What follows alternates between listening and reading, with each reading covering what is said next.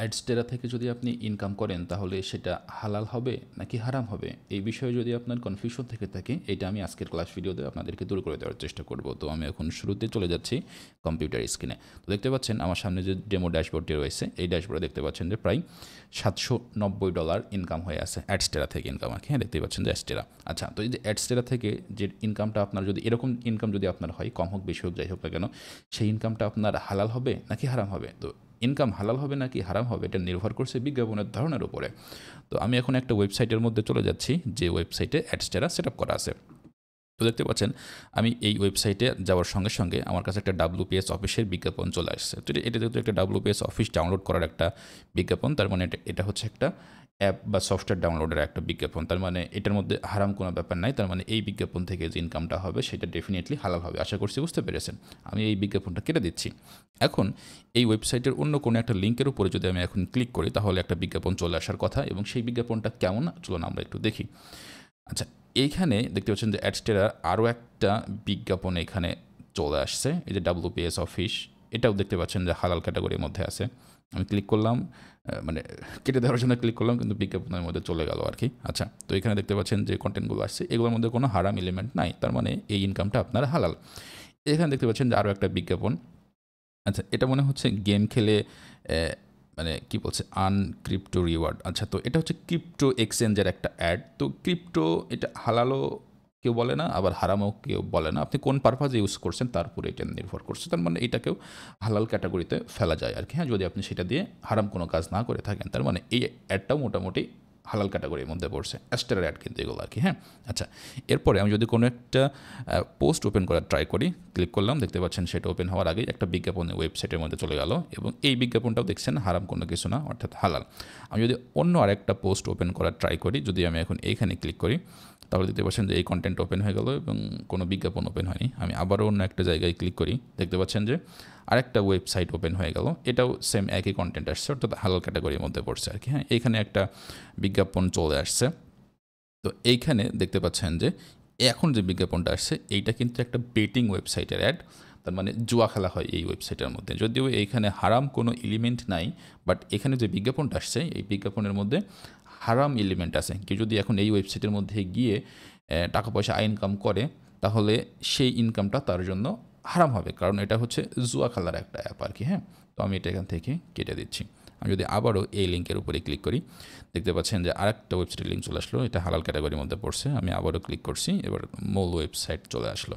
তো এখন আমরা যে কয়েকটা বিজ্ঞাপনের উপরে ক্লিক করলাম, এগুলোর মধ্যে নেকেড বা অ্যাডাল্ট কোনো কিছু আসেনি, কিন্তু কয়েকটা বিজ্ঞাপনের মধ্যে একটা আপনার হচ্ছে হারাম ক্যাটাগরির মধ্যে পড়ছে আর কি। হ্যাঁ, আচ্ছা, দেখতে পাচ্ছেন ডিসপ্লেতে আরেকটা বিজ্ঞাপন চলে আসছে। এটা রেসিপির বিজ্ঞাপন আর কি।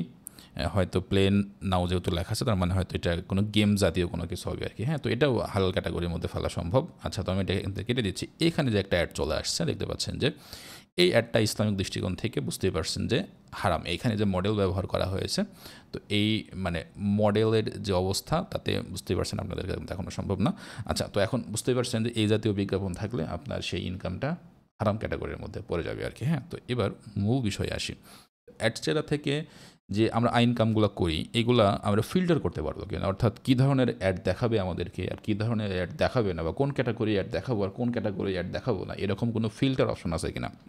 তো আমি যদি অ্যাডস্টেরা অ্যাকাউন্টের মধ্যে আসি, তো আপনারা এখানে দেখতে পাবেন যে আসলে কোনো ধরনের অ্যাড ফিল্টারের কোনো অপশন এখানে নাই, মানে কোথাও নাই আর কি। হ্যাঁ, যতগুলো অপশন আছে এর মধ্যে কোথাও অ্যাড ফিল্টারের কোনো কিছু নাই, মানে আপনি ফিল্টার করতে পারবেন না।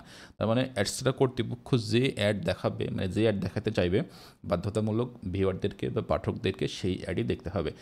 অ্যাডসেন্স যে ইয়েটা রয়েছে, মানে আমরা তো অ্যাডসেন্স থেকেও ইনকাম করি, অ্যাডস্টেরা থেকেও ইনকাম করি। তো অ্যাডসেন্স যে অ্যাড নেটওয়ার্কটা রয়েছে, সেইখানে কিন্তু প্রত্যেকটা বিজ্ঞাপনকে ইচ্ছামতো ফিল্টার করা যায়, অর্থাৎ কোন ক্যাটাগরির অ্যাড আসবে, কোন ক্যাটাগরির অ্যাড আসবে না, এইগুলো কিন্তু চুজ করা সম্ভব। বা আপনি সমস্ত হালাল ক্যাটাগরি অ্যাড দিয়ে রাখছেন, হুট করে একটা হারাম অ্যাড চলে আসছে, সেটাকে কিন্তু আপনি বন্ধ করতে পারবেন অ্যাডসেন্সে, কিন্তু অ্যাডস্টেরাতে এখন পর্যন্ত এই অপশনটা নাই। তার মানে অ্যাডস্টেরা থেকে যদি আপনি ইনকাম করেন, তাহলে তার মধ্যে হালাল এবং হারাম দুইটা অপশনই থাকতে পারে আর কি। হ্যাঁ, এখন আমাকে যদি আপনি প্রশ্ন করেন যে ভাই অ্যাডস্টেরা আমার ব্যবহার করা উচিত নাকি উচিত না?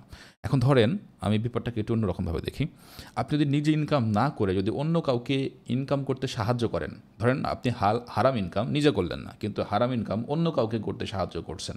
জেনে হোক, না জেনে হোক, আর যেভাবেই হোক না কেন, আপনি করছেন, অন্য কাউকে হেল্প করছেন, তাহলে আপনার সেটা পাপ হবে কিনা?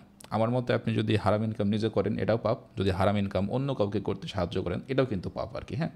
ধরেন আপনি ফেসবুক ইউজ করছেন, ফেসবুক থেকে কথার কথা আপনি নিজে ইনকাম করেন না, কিন্তু ফেসবুকের বিভিন্ন ভিডিও দেখছেন, তার মধ্যে অ্যাড আসছে, এই অ্যাড দেখার বিনিময়ে যার ভিডিও তার ইনকাম হচ্ছে, তার মানে আপনি একটা দেখছেন, বিনিময়ে অন্য কেউ ইনকাম করছে।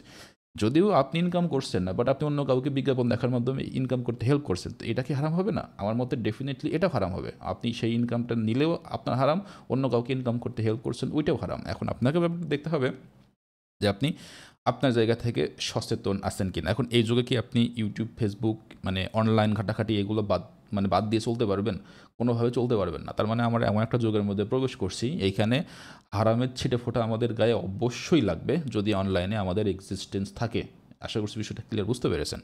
আচ্ছা, এখন অ্যাস্টেরার মধ্যে ধরেন আপনি নিজে ইনকাম করছেন না, বাট আমরা বিভিন্ন প্রয়োজনে গুগলে বিভিন্ন তথ্য জানতে এসে গুগলে সার্চ করি, হুট করে আমার সামনে একটা ওয়েবসাইট চলে আসলো। এখন ধরেন এমন একটা ওয়েবসাইট আসলো যে ওয়েবসাইটের মধ্যে আমার প্রয়োজনীয় তথ্যগুলো আছে, সেইখানে ক্লিক করলাম, ক্লিক করার পরে দেখতে পেলাম যে সেইখানে অ্যাডস্টেরার এই জাতীয় অ্যাডগুলো শো হচ্ছে আর কি, হ্যাঁ? তো সেখানে তো আপনার আসলে কোনো কিছু করার থাকে না।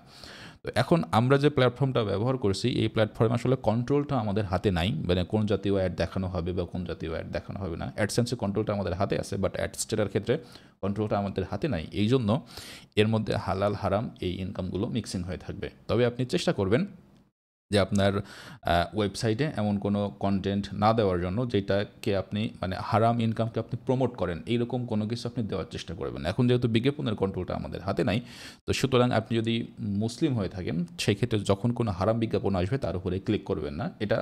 এর মাধ্যমে আপনি নিজেকে সেভ রাখতে পারবেন। যেটা আপনার জন্য হারাম সেটা অন্যদের জন্য হারাম নাও হতে পারে। যেমন ধরেন যে অন্যান্য দেশে বা অন্যান্য ধর্মাবলম্বী যারা আছে বা এমন এমন ধর্ম আছে যে এখানে জুয়া খেলা বৈধ, মানে কোনো সমস্যা নাই আর কি, হ্যাঁ? তাদের জন্য ব্যাপারটা বৈধ। আর আপনি যদি মুসলিম হয়ে থাকেন তাহলে আপনার জন্য ব্যাপারটা কিন্তু আবার অবৈধ। তো হারাম অ্যাড যখনই আমাদের সামনে আসবে তখন সেটা থেকে আমরা চেষ্টা করব বিরত থাকার জন্য, সেইগুলোকে ক্লিক করব না। আর যখনই আমাদের কাছে ব্লকিং কন্ট্রোল চলে আসবে অ্যাডসেন্সের মতো, সেগুলো আমরা আমাদের ওয়েবসাইটে অ্যাপ্লাই করে দেবো, তাহলে আমাদের ইনকাম পুরোপুরি হালাল হয়ে যাবে। আর এই মুহূর্তে যে ইনকামটা আমাদের হবে এর মধ্যে হারামের কোনো অংশ যুক্ত হয়ে যাওয়ার সম্ভাবনাও আছে। তো যেহেতু দেখতেই পেলেন যে ৪-৫টা অ্যাডের মধ্যে ২-১টা অ্যাড হারাম ক্যাটাগরি আছে, সেই ক্ষেত্রে আপনি যে কাজটা করতে পারেন নিজেকে সেফ রাখার জন্য প্রতি $১০০ মধ্য থেকে আপনি $20 দান করে দিতে পারেন আর কি, হ্যাঁ? ধরেন যে আপনার ৫ ভাগের ১ ভাগ হারাম ইনকাম ধরে নিলেন আপনি আর কি, হ্যাঁ? যে ১০০ ভাগের ২০ ভাগ আপনার ইনকামের মধ্যে হারাম ঢুকে পড়ছে, ওই ২০ ভাগ আপনি দান করে দেবেন। মানে কোনো রকম সোয়াবের উদ্দেশ্য ছাড়া আপনি সেটা দান করে দেবেন, তাহলে ওই হারামটা আপনার মধ্যে ঢুকলো না, আপনি অন্য কোথাও দান করে দিয়ে দিলেন, অন্য কেউ উপকৃত হলো। কিন্তু সেখানে কোনো সোয়াবের আশা রাখবেন না আর কি, হ্যাঁ? যেহেতু এটা হারাম ইনকাম। অনেকেই সুদ এরকমভাবে অন্যদেরকে দান করে দিয়ে দেয়, নিজে গ্রহণ করে না আর কি, হ্যাঁ? তো এইভাবে আপনি নিজেকে মোটামুটি সেফ রাখতে পারবেন। তো এক্সট্রা ইনকাম হালাল নাকি হারাম, কীভাবে আপনি সেটাকে হালালে কনভার্ট করার চেষ্টা করবেন, আমি সমস্ত বিষয়গুলো আপনাদের সঙ্গে শেয়ার করলাম। আশা করছি ভিডিওটি আপনাদের জন্য তথ্যমূলক ছিল। দেখা হবে পরবর্তী কোনো ভিডিওতে, সেই পর্যন্ত সবাই ভালো থাকবেন। আসসালামু আলাইকুম ওয়া রাহমাতুল্লাহি ওয়া বারাকাতুহু।